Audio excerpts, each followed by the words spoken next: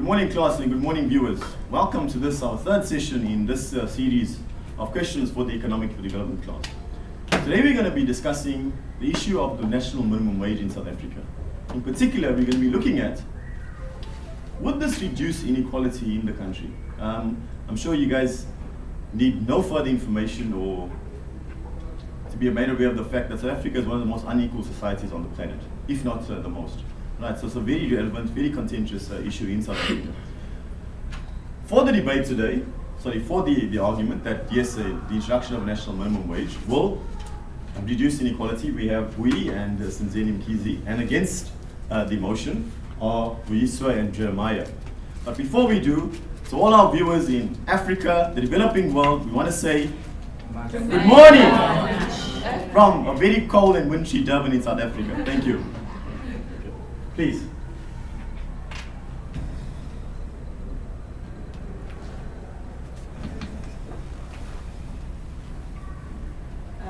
Greetings, Dr. Boyce, fellow students, and online viewers. I am Ineq Development Studies Master Student at UKZN. Our motion today is the introduction of a minimum wage is an effective way to combat economic inequality. So, the International Labour Organization defines a minimum wage as the minimum sum payable to a worker for services rendered or work that is performed within a given period, which may not be reduced by the individual or a collective agreement, which is guaranteed by law. In other words, a minimum wage aims to set a floor for the distribution of wages. And under no other worker can be legally paid under that wage. So the focus of our debate is specifically on the national minimum wage, which provides for the same starting wage to be paid to all workers within a country, regardless of which sector one is under. In South Africa, currently wages are paid or set at the sectoral level, meaning that each sector sets its own wages. They have their own starting point, starting minimum wage. According to the Treasury report about the national minimum wage, the implementation of the national minimum wage provides a positive intervention in addressing our problems in this country. On its own, it will not solve all the challenges that we face, but it is designed to make sure that the poor benefit. The minimum wage is therefore seen as one of the best tools to close the wage gap between, or especially those between the genders, and thereby overcoming poverty. Inequality is the presence of the imbalances. Our focus in this group is specifically on economic inequality, which is a state of having income inequality. It is a state of having uneven income distribution and uneven access to economic resources and opportunities within a society. One of the issues with inequality is that not everyone is prepared to admit that it is wrong. In our readings by Deborah Ray, he defines the economic inequality as a fundamental disparity that permits one individual certain material choices while denying another individual's those very same choices. The South African labor market, similar to the broader population, has a very high inequality. Black South Africans and colored people comprise of the largest proportion of people living in poverty.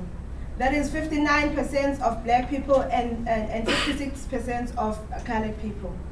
Relative to Indians and white people, 37% of Indians and 22% of white people. And this increases the importance of addressing low wages from a social justice perspective. The national minimum wage provides for workers to be paid 20 rands an hour, which is adjusted to a monthly wage of 3,500. It is vital to point out that the current national minimum wage is in fact way below the poverty line or the working poor line. Let us think of a scenario about a family of 5 maybe, with 2 adults and 3 children, with 1 member earning that minimum wage, and everyone else in the family depends on that 3,500. Let's say maybe their monthly expenditure would be 1,500 for groceries, 500 rands for transport to work, 600 rands for transport for the children to school, 500 rands to retail shop accounts, 200 rands to life insurance, 300 rands for electricity. How is that family expected to survive for the whole month with the 3,500? In actual fact, 3,500 is not too much to ask for. They should be getting paid more. To deliver my arguments, I believe that the minimum wage promotes social justice by improving the lives of the low-paid workers. It will reduce the gap between the rich and the poor. Without it, the poor will remain poor. The minimum wage protects the workers from exploitation. It fights poverty and restores dignity to the low-paid workers. It will also alleviate poverty by creating a middle class. It will ensure that workers earn enough to meet their basic needs. It creates decent work and accommodates young and new employees in the workforce.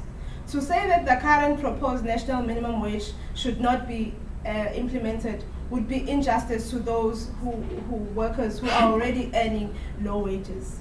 It is an undeniable fact that it will come with its challenges, but it does not in itself represent a risk or a crisis for the workers, since as soon as it comes into effect, approximately 4.3 million low-paid workers will have their wages meaningfully raised. So I stress again the motion that indeed the introduction of a minimum wage is an effective way to combat economic inequality. Thank you. Thank you.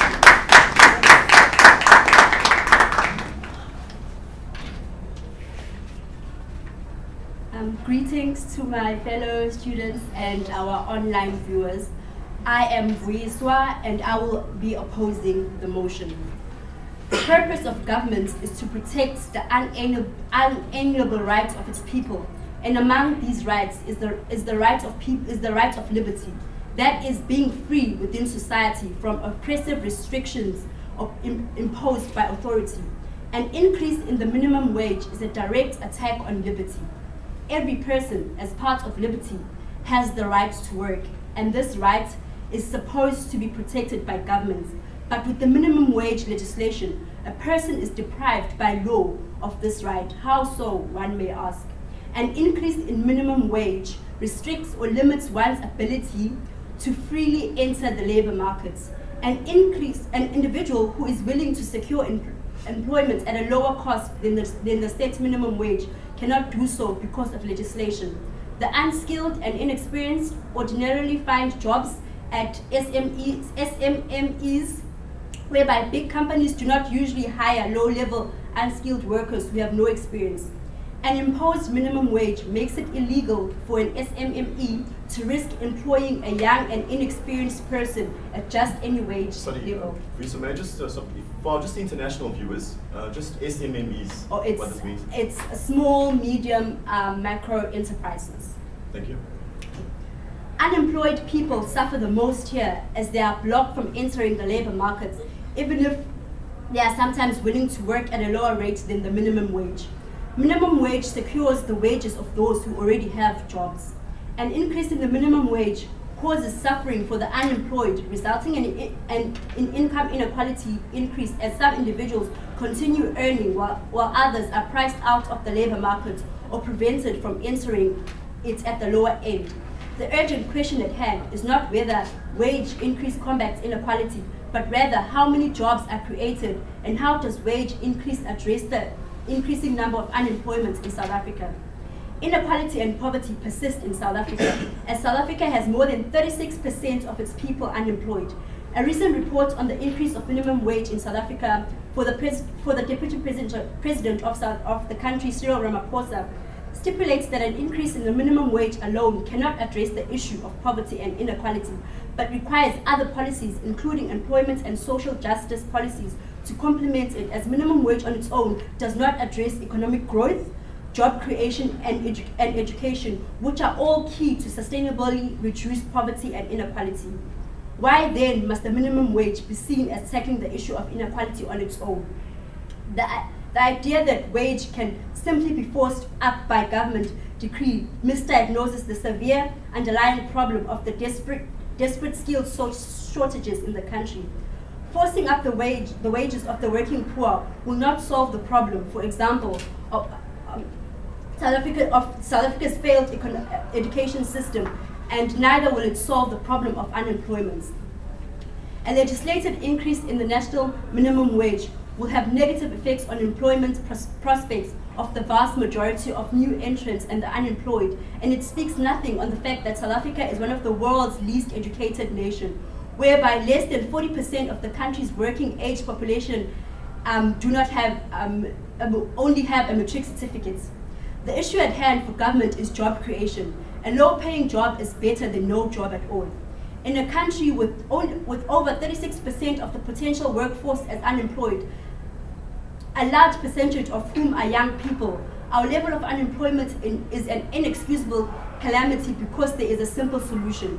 Remove rigidities from labor laws. Allow unemployed people to make their own decisions about their lives. Allow voluntary agreements between consenting parties to create the millions of jobs that people desperately need.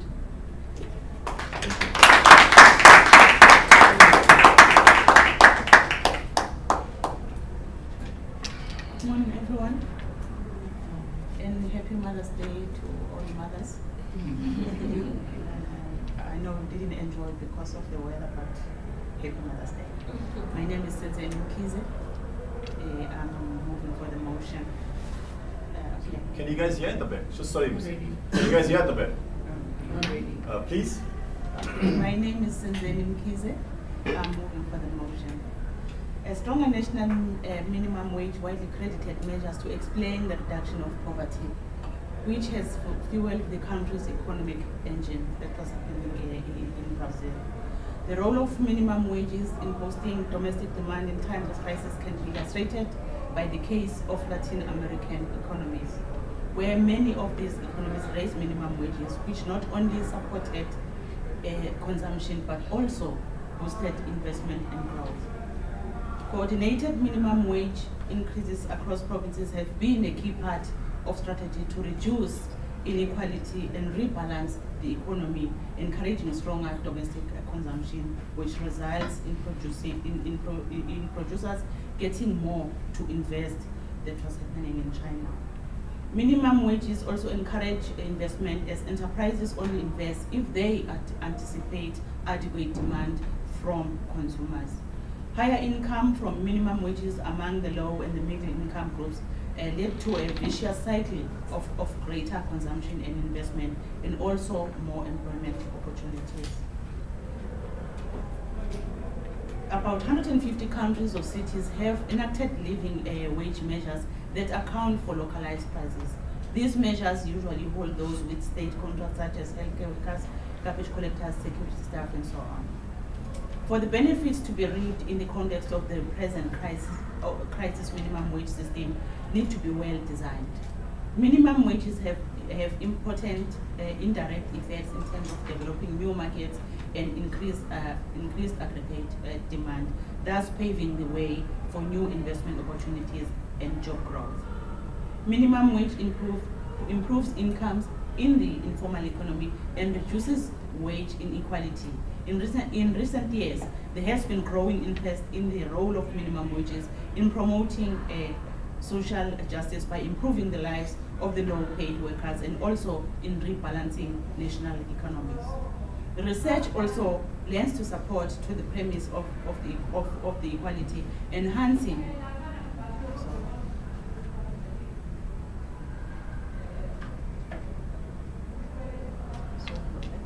Research also lends support to the premise of the equality, enhancing role of minimum wages in developing economies.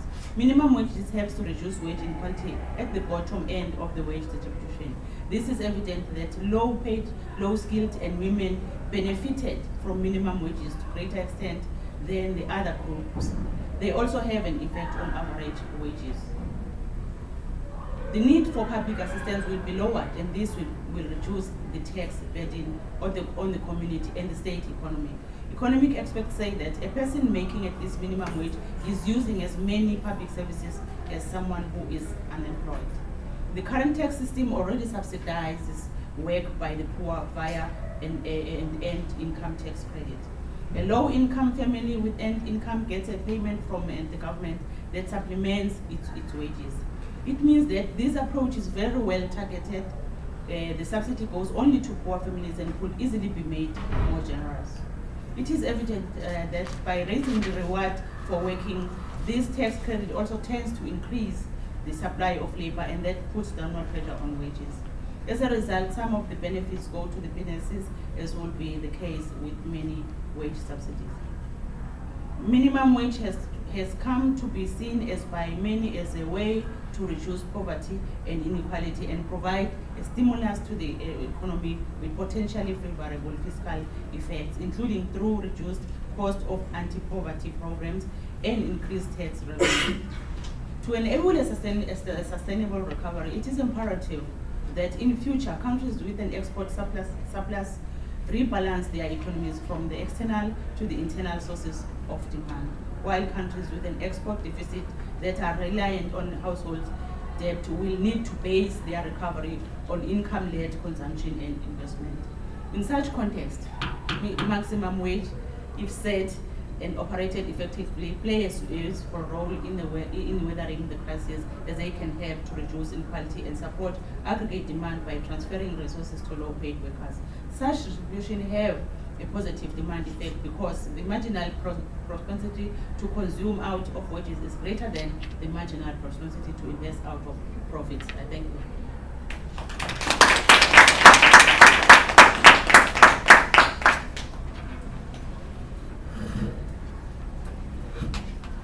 Thanks everyone for your presence. I'm Jeremiah Mpaso, concluding the opposing side, where we are saying minimum wage kills investment and entrepreneurship. It doesn't correspond with the market dynamics. We are there to make profits.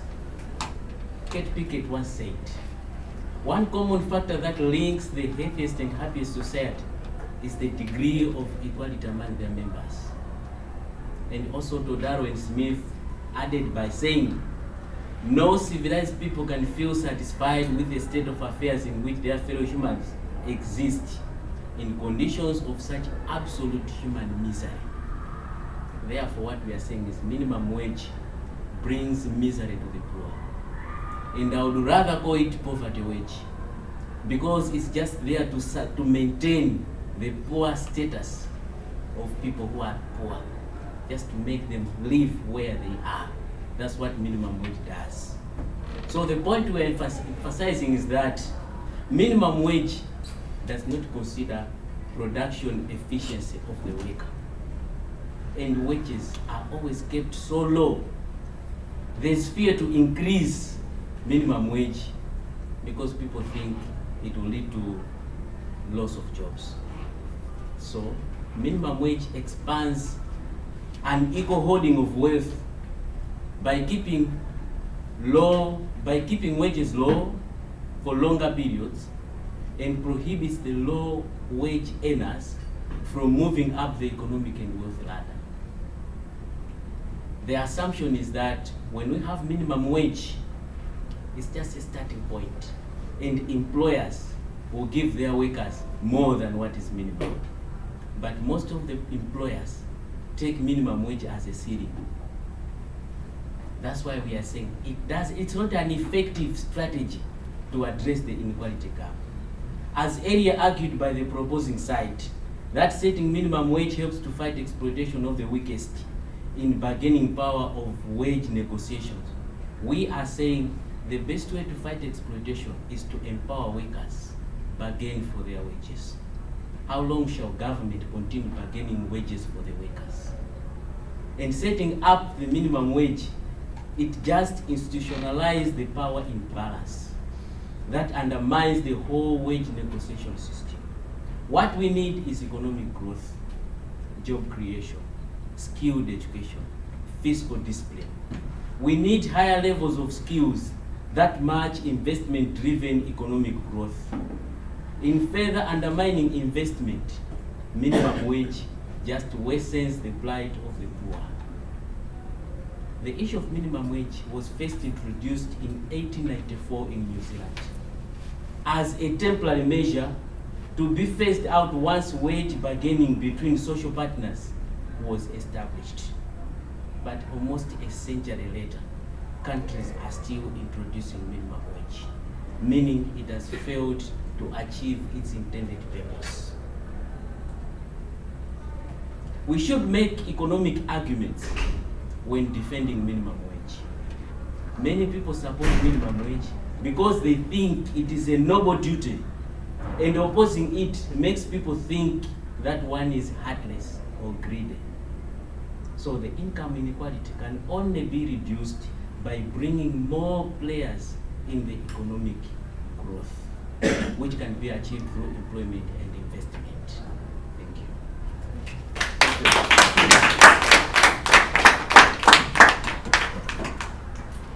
Wow, and thank you all for keeping in time. So I think maybe just a big round of applause for the entire group. We've had some interesting and persuasive arguments presented here today, and I'm sure that you guys are very interested and very keen to ask questions. So without much further ado, please. We'll take it, as always, we'll take it in rounds of 3, if that's okay with the panelists. Right? We'll take it in rounds of 3.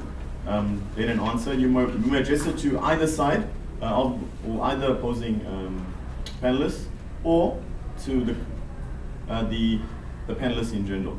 Okay. Any questions, please?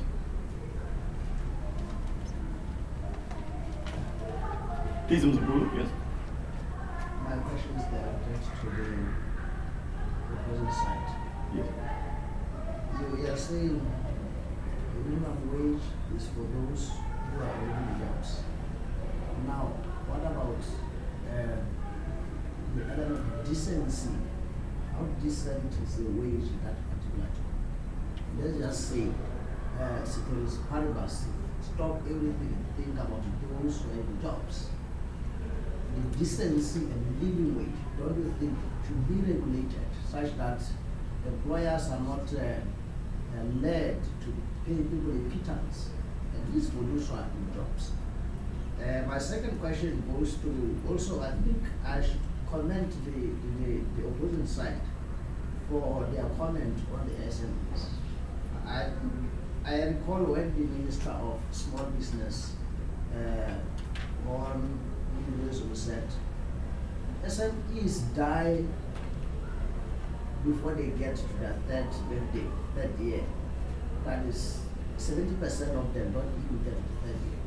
Yes. So I think we are right to say, place an albatross on the necks of SMEs if they are bound to pay minimum wage, because entering into business will be difficult, and also while they are in business. You remember that they are facing many challenges.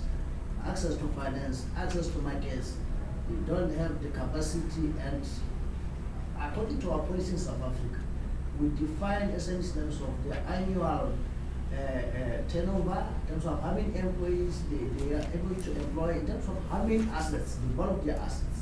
So if we are to look at those factors and we bind SMEs to a minimum wage, we are killing investment, as the guys have said. Thank you. Thanks, Mr. Kulu. I think we're going to address that comment. Right. The side that is for the introduction of minimum wage will address that comment. Would that be fine? Yeah. Okay. Please, the attendant. Okay. My question is addressed to the side that are opposing the minimum wage. I think it just builds on what Simkulu is saying. It looks like you guys are protecting the unskilled workers at the expense of those who are skilled. are you trying to say the best way to protect the unskilled workers is to scrape off the minimum wage rather than trying to create opportunities for them to get an education so that they get skilled and enter into the labor market? Looking at South Africa, given its history of apartheid, discrimination and exploitation at the workplace along racial and gender lines, how then should the skilled workers be protected at work? And also things like brain drain. How do you think that can be tackled as well if we are going to scrape away the minimum wage? Because I feel the minimum wage can go a long way in retaining the people who have skills in our country by offering them packages that are attractive. So how do you suggest we deal with that as well? We got time just for one more question during this round. Anybody? I think we leave it to our fact checkers. So now they, both sides actually use a lot of statistics and they cite a lot of reports. Anything that stood out for you guys? Thanks once again. They spoke about New Zealand as the people who introduced the minimum wage maybe in 1894. That is true. And then as for 36% for the South Africans as an unemployment rate, the last quarter reports that it's been 25.3 for this first quarter of this year, 2017. Yes. And the last quarter it was 26.5. That means it's decreasing. The unemployment rate is decreasing. So I'm not sure about the 36% that she was talking about, or maybe she was like how she defines unemployment as because it's got a broad definition. Yes. Yeah. Thank you. So you've got a lot to take through now. What we'll do is, maybe while you'll think on that last question, if we can get the side that is for the introduction of minimum wage to address Zumkulu's comments, please. Thank you.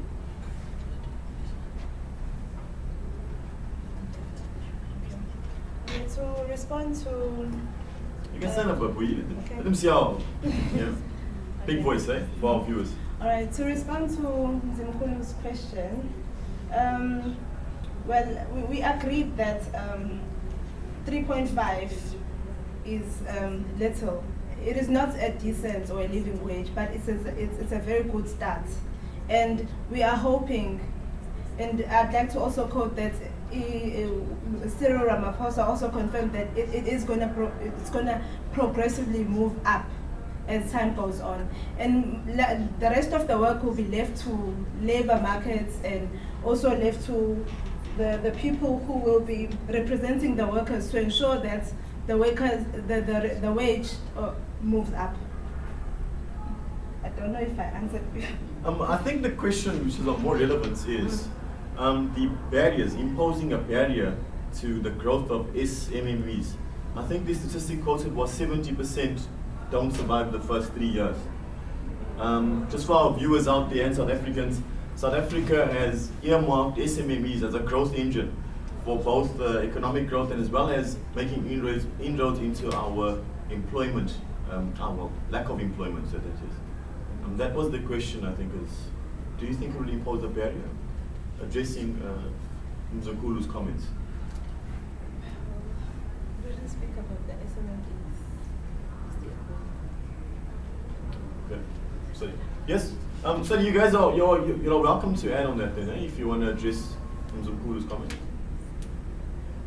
Increased regulatory burden for SMMEs. Okay. Sorry, is this on the same discussion? Yeah, just a comment on what he said, yeah. and also a question. Like yeah. we mentioned that minimum wage is sector specific. So I wanted to find out: is there something that's specific for the SMEs? You know, given maybe the income that they have, that takes the income and the profits that they make into consideration, so that the minimum wage that's commensurate with the business that's coming in. Maybe that can help.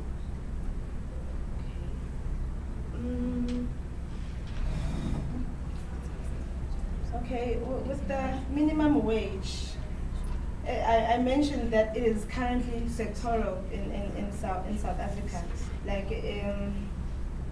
the businesses or the employers have their own way of setting the wage. But then we are hoping that what we are saying is that we want all employers to have the same starting wage, so that everyone knows that if they go into it, they'll know, the employer will know, and the employee will know what to expect when they start on a new job. I think just maybe additional clarity to Tender.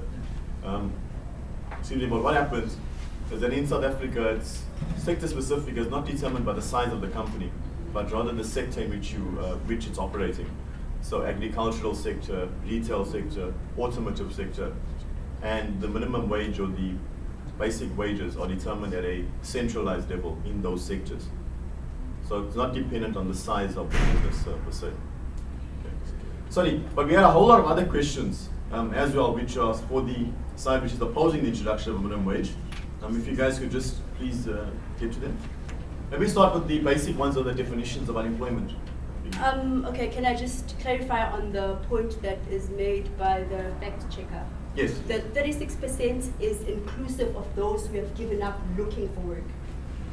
Yeah, it's not just it's the unemployed, but inclusive of those who that were looking for work but have given up because they couldn't find jobs.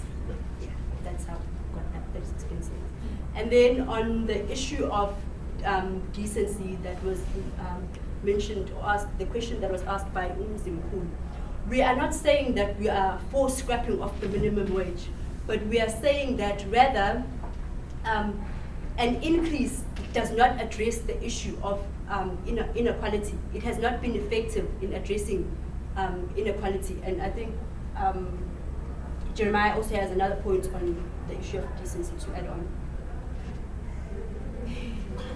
Okay, yeah, what we are saying is not scrapping off the minimum wage, but has the minimum wage effectively managed to close the gap between the rich and the poor, which is the inequality gap? And we are saying it has not. Much as we assume that minimum wage provides decent work to people, has it achieved that? You find that there are a lot of industrial actions, industrial strikes, especially in the unskilled labor. Meaning people always fight for that decent work. Meaning it is not offered, it's just theory, it's just on paper. We think that employers are rational, and by giving the minimum wage, they will abide by that. So there are a lot of shortfalls. There's a question of how does it protect the skilled and unskilled? You find that minimum wage doesn't protect, because minimum wage groups the skilled and unskilled workers together by giving them a single wage. That's why we are saying production efficiency of a worker is not taken into account in the minimum wage. It just groups people to say this is the rate, whether you are skilled or unskilled, but if you are in that field, there's that you are always covered by that minimum wage. So minimum wage itself fails to protect the skilled. And what we are thinking is, if people are given skilled education, they should be able to negotiate what should be their wage. But when they are not, and then it becomes very easy to replace them. Investors, they will go technological. They will come up with so many, they would prefer to invest in technology and lay off a lot of people. You can look at what like McDonald's. There were people who are going door to door getting orders. If McDonald's decides to introduce a kiosk where you can just go and input your order, it means a lot of people are laid off. Because these people are not skilled, they are easily replaced. But when people have skilled education, it becomes hard. Like, how do you replace a plumber? You always need a builder to come and raise the structure. You always need the plumber to come. So that's what we are saying. Let people get skilled education that is investment driven. So may I just ask a question quickly for that side opposing it? Is that these are longer term, acquiring skills and giving people skills making a more skilled labor force. These are more longer term interventions. Do these necessarily preclude a short term measure which can be, well, short term as it can be introduced, and it is going to be introduced next year? Do we have to have one or the other? Just a question. While you ponder that though, any other questions from the class? Round of 3 again, please. We've got time for at least 2 more. Please. We'll start with our fact checker once again, then we'll go to Tananani, Satenda and Mzumkulu, please. Oh yeah. You spoke about the increase. Oh, the way I'm not sure whether you were trying to divide this 3.5, because I assume that we are talking about 3.5, because your facts are based on what South Africa is saying about the minimum wage. Minimum wage in South Africa hasn't gone that long, and we are not sure whether it's going to be able to reduce poverty as it is supposed to be. But then you spoke about 500 rand just for an example.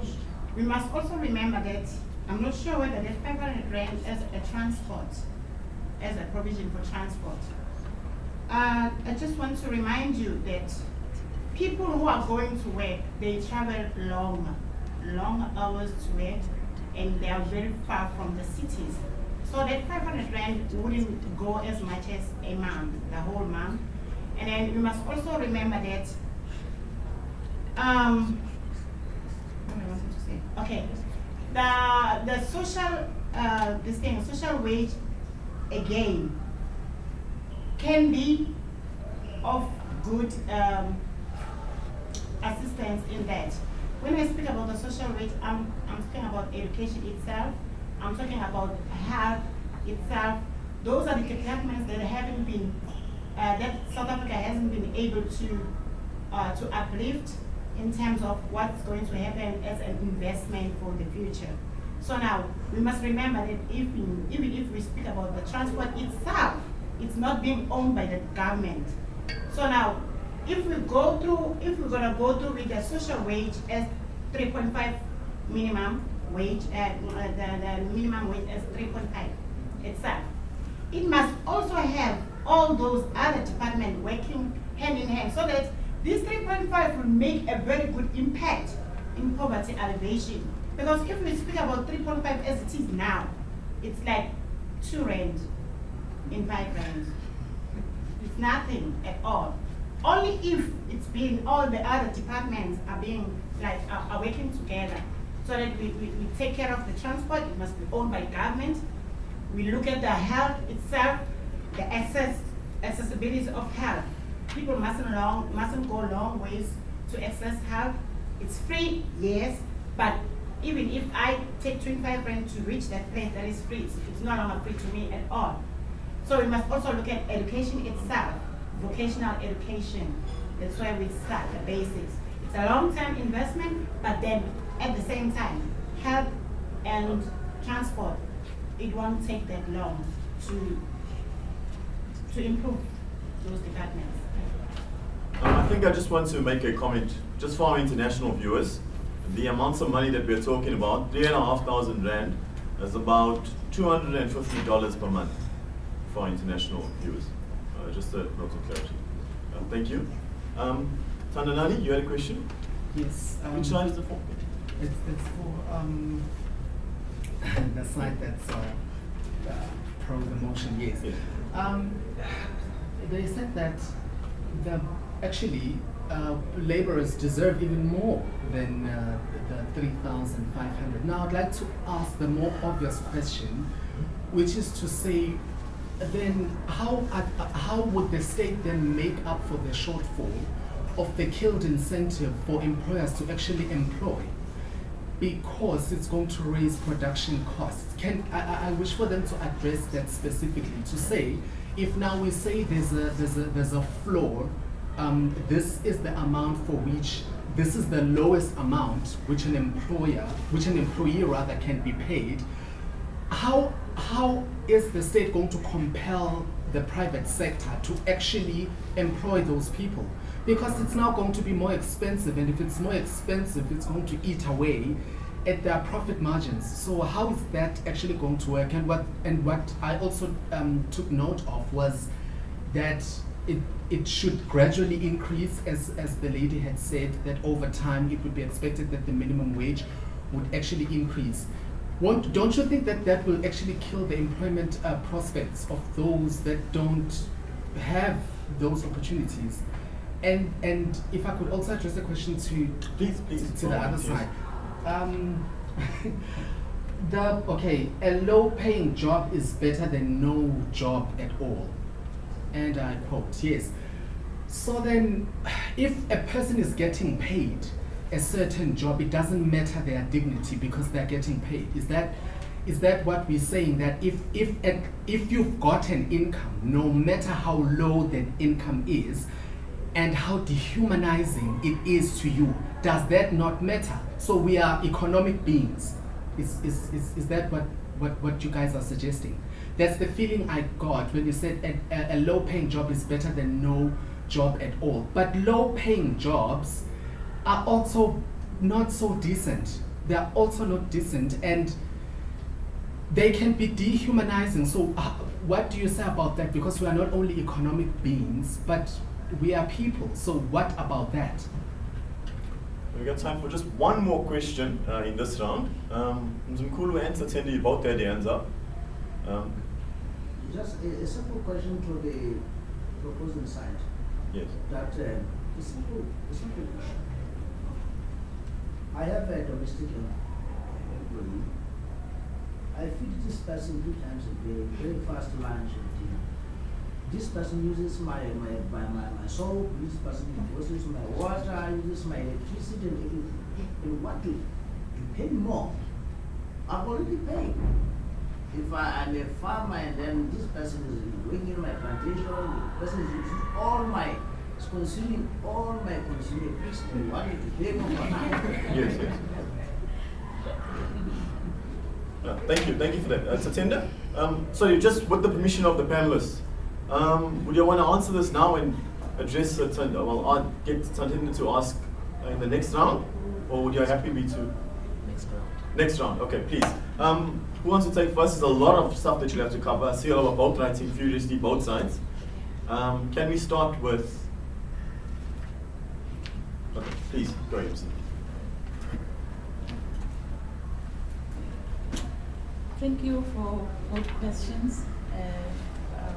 I think the issue of the state, how is it going to make up on the shortfall, and how is it going to force the employers to increase the minimum wage? I think that one really is doable, because our employers do have a lot of contracts.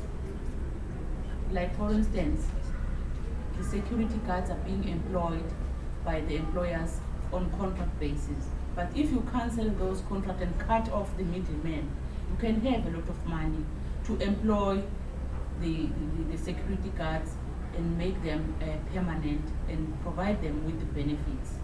Therefore, that person is permanently employed. He or she is going to enjoy the benefits of of that particular company or the government. But as it is now, people are suffering because of the middleman, the contractor. The state is paying the contractors a lot of money, whereas they pay the security guards or the cleaners a little. So a lot of money is being taken by the service provider, which is the middleman. I think if the state can also address that issue, that can help a lot to ensure that our people are permanently employed and enjoying benefits like medical aid and so on. So I think I'm making sense on that. The issue of domestic worker, Mzimkhulu, you've employed a domestic worker because you need her services. That is to look after your kids, to clean your house, and also do your washing and everything. But remember, she is staying with you, but leaving her family behind that he needs to provide.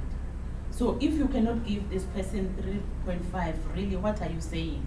Because if yourself you can take 3.5 today and go and try to buy grocery with 3.5, really it's a little. She needs to pay for the school fees. She needs to pay for health services. She needs to pay for electricity or like I'm saying, basic needs for her family. So she is with you. She's not eating something extra. You cook one meal, then you'll enjoy.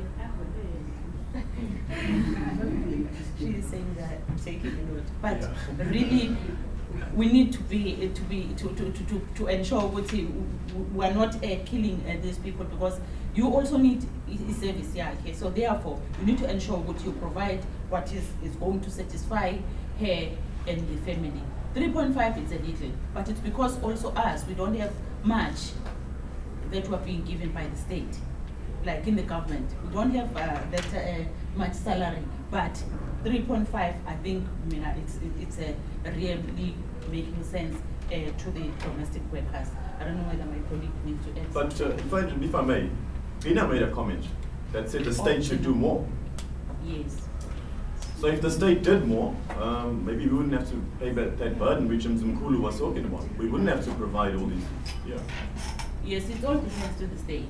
I think the unions needs to work hard to table at the matter to the state, to the government, to say we need to look at the minimum wage and we need to do something, and it must be legislated.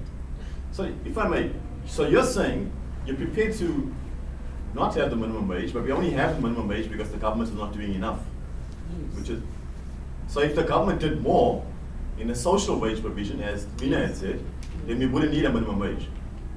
Is that what you're saying? Yes. Okay. But we're not only talking, when we speak about social wage, it's not like it's a monetary thing that we are talking about. It's not only the monetary, it's not only the grants that we're talking about. No. Education itself, it's a social grant, it's a social wage. Health, it's a social wage because it's free. So now, I'm not sure whether I do understand you. Sorry, if we can just, before we get to the, I'm really interested in that one, but we're going to take it in the next round. We're going to have a next round, like, everybody, because we're going to take the attendance comments. Please just hold on to that, please. Hold on to that thought, please, right? Okay. Can say it's for next round, like, yeah. Okay. You can go ahead and answer now, but we're gonna, I want to ask the next round of questions. I want you to, just maybe make it a bit clear for everybody in the next round, please. Okay, good. To answer Obrina, with education, there are no fee-paying schools in the government. Those who cannot afford, there is that possibility of not paying the school fees. It's there, it's legislated, no fee-paying schools. And also schools are being categorized. There are schools where people learners are being provided with meals at school nutrition program. This is to ensure, but the government is trying to ensure that those who cannot afford, therefore can be exempted not to pay the school fees. That is education. Even if you can go to TVET colleges, you can find that you need to apply. Those who cannot afford, they do apply for bursaries, and also need to apply to the government for bursaries. So even education, the government is looking after education very well. With the Department of Health, you spoke about the clinics. As much as the clinics are not enough, let me talk about South Africa. As much as clinics are not enough, but the government is trying by all means to take medication to the points, they are calling them the central distribution points, outside the clinics, where you can go and collect your medication for 6 months. You cannot go to the clinic, but you can go to that approved central point and collect your medication. So it means government is trying to do something when it comes to education. And medication is free at the clinic. You are not paying. Thanks for that. I'm just worried about the interest of time. And there were some comments directed at the opposing team, both by Tandanani, right, as well as, I think it was, please. I think you also mentioned a comment on The longer On term and short term. short term, intervention. yes. Just a point of clarity. Are you saying that these longer term interventions, reskilling and development skills, Yes. do they exclude the shorter term legislation that we can introduce now? Just your thoughts on that, please.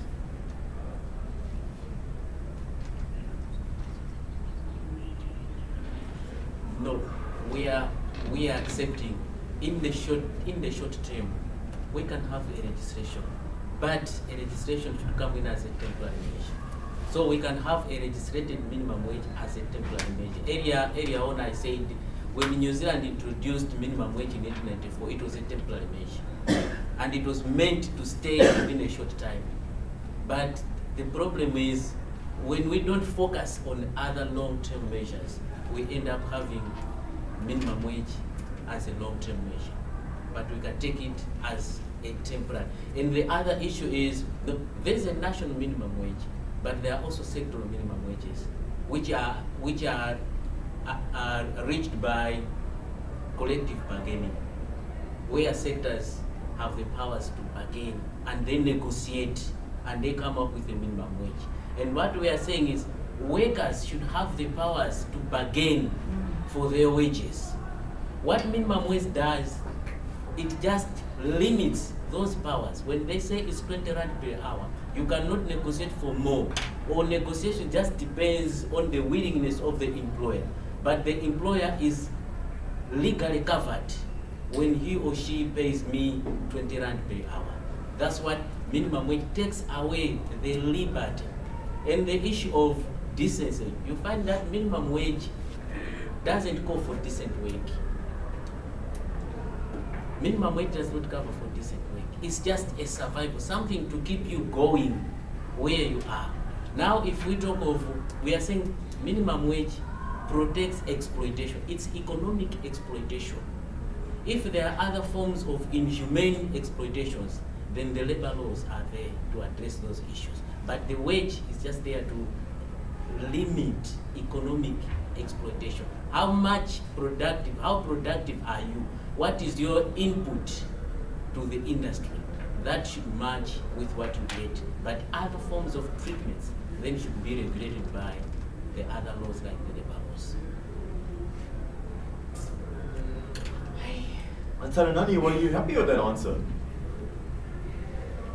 Half. Yeah. Because if you wanted to ensure that, couldn't we just make a higher minimum wage? But then a higher minimum wage could result in unemployment. I think who was mentioning? I think was it Tatenda or was it? No, because just if I may, Tananani's question was, if you do work and you get a wage that is not I think you used the term a misery. People are still in misery. Right? Even though they're working, they're still in misery and they're not earning a decent wage. I say, how do you protect people from those situations? If we just gave a higher wage, in other words, a higher minimum wage, wouldn't we protect them from being vulnerable in those situations? Just a question. Okay, the understanding by the point which voice said a low-paid job is better than no job. The understanding is when you have 5 people in a family, minimum wage will cover only for 2 people in that family, and will leave out 3 people. Now, what these 2 people get from this from their work, if you make an average family income, and then compare that with all the 5 people, they are in the labor market, they are getting something low. You make the average. 2 people are getting 10,000, you have 20,000. 5 people are getting 5,000, 5,000, you have 25,000. That's the economic argument we are trying to advance to say, if you have 5 people in the labor sector getting little, on average, you have this family getting more than just having 2 getting much. Thank you. We've got time for one more round of questions. I'm going to leave it with Tatenda, Ina, and one more. Please, Caroline. I think maybe someone hasn't answered before. Please, yeah. Okay. Yeah. My comment is not a question. I'm totally not against minimum wage, but before you propose it, who is it for? Does it include that person that a gardener, or those people that are working at a firm making like sewing clothes like that? Or before you propose it, how is the economy like currently? Like we have like unemployment level is like it's too high. So before you say okay, let me, what are other factors that, yeah. Thank you. I think we'll leave for the side that's actually proposing to give that clarity that we need. And then I'm going to leave it with Tende. Please. I want to make, I think, 3 comments first. The first one is addressed to the question Tandanani asked. I like the way it's changed, because when they did the argument, they were actually pro-capitalism when they were talking about, He's forgiven, don't worry, he's forgiven. And so this issue, it can become quite emotional or explosive when someone is like, just imagine, what do you expect me to do with 3,500? I have a family of 10, and if we try to address it from that angle, we're actually missing the point, because as they have argued, organizations are there to make a profit. I'm not here to look at, the problems that we have, and we are just profit driven. So if we start looking at it from an angle of it's dehumanizing and it's all that, I think we can miss the whole idea of, because what it does, it will stifle investment, as they say, because you set the minimum wage so high and no organization, no company wants to operate in such an environment. That's the first comment. The second comment is actually directed to what Ms. Nkulo said in this example. I would think if I am a maid or gardener, whatnot, if those services I'm getting are negotiated, then okay, cool, they must become part of that contract. I work for an organization where we offered lunch, in a 5-star hotel, and actually, spend nights in a 5-star hotel. But I wasn't working to sleep in a 5-star hotel. I had needs that I wanted to take care of. So for them to come at the end of the day and say, because we offered you lunch and accommodation in a 5-star hotel, therefore we're going to offer you this much amount of money, I don't think that's fair. So if we are going to negotiate with your maid those services and take them into account, I'll give you your minimum wage 3,500 and then no services at all. Or I'm going to give you food and this, but I'm going to subtract that from the 3,500 that I give you. I think that will make sense. That's a suggestion for you. It's a suggestion. Yeah. And then Mr. Jeremiah made a comment about minimum wage having some connotations of economic exploitation. And the fact checker can Google this. Last year's Oxfam report on inequality, it outlined issues about a firm in India where the CEO was getting more than 100 times more than, the worker at the bottom. Is that justifiable then, because there's no minimum wage? So, the discrepancies between the last paid worker and the most paid worker becomes very high because there isn't any form of regulation. So I would want a bit of clarity there, because actually I think you've taken a hardline stance of advocating for the complete scraping away of minimum wage, which I think, it's a bit. And therefore my question for this group, yes. Since it appears that the question has to do, I think in South Africa, it has to do with the skilled and unskilled. That's where the major argument is. They mentioned of a success story in Latin America, and I'm a bit curious about the skill set of that particular example. Do you have an idea of the percentage of, the unskilled laborers and, how they managed to deal with those issues? So I think just 2 points of clarification for this group. Okay, one of the examples you cited, and on the application of a minimum wage. Now we're going to take these, and before we close up, and then lastly the bigger question to, to the group that's opposing, that's Jeremiah and Vuiswa, okay, on addressing the inequality within. Just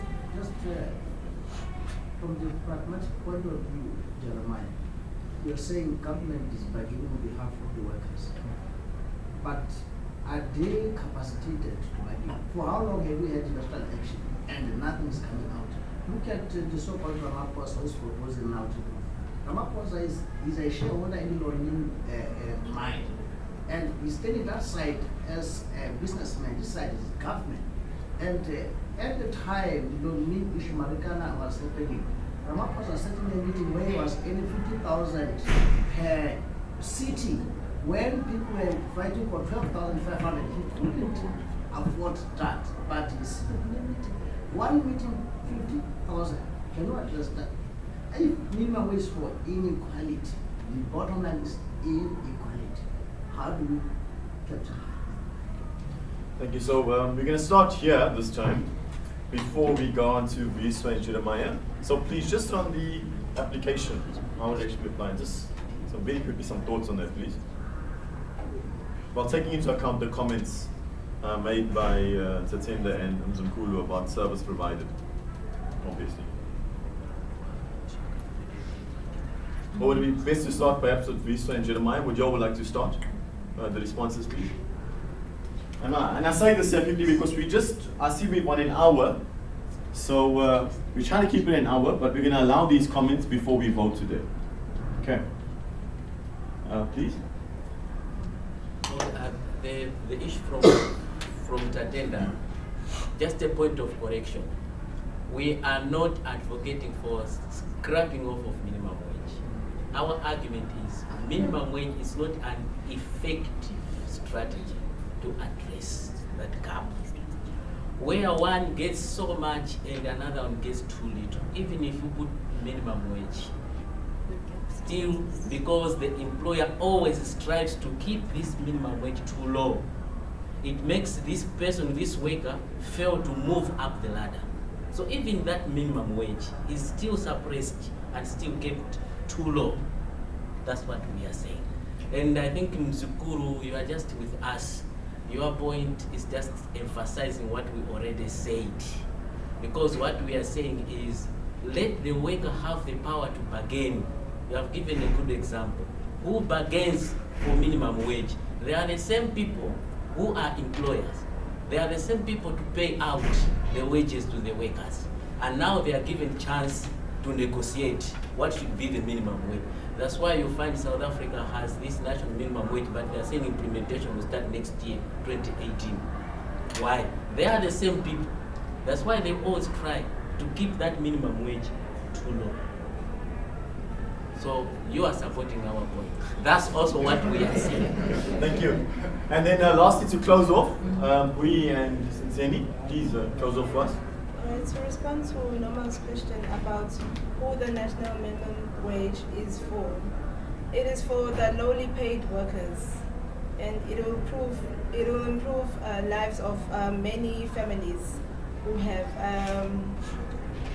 breadwinners who are earning those incomes. So in South Africa, inequality is caused mainly by wage differences. So having the minimum wage will help many families. I think the example used was the gardener. Would it cover the gardener? Would it cover, or was it only a contract? Or was it like everybody, even if there's no contract or just a spoken contract?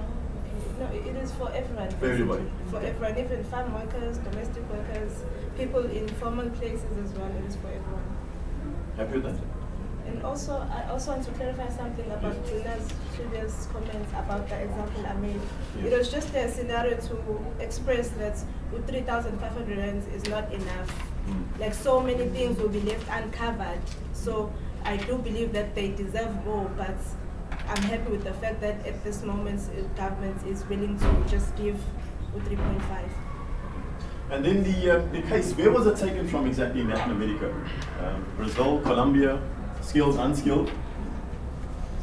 But perhaps we can leave that for later when we actually go off the air. I said we just passed time now, so I don't want to keep our online viewers too long.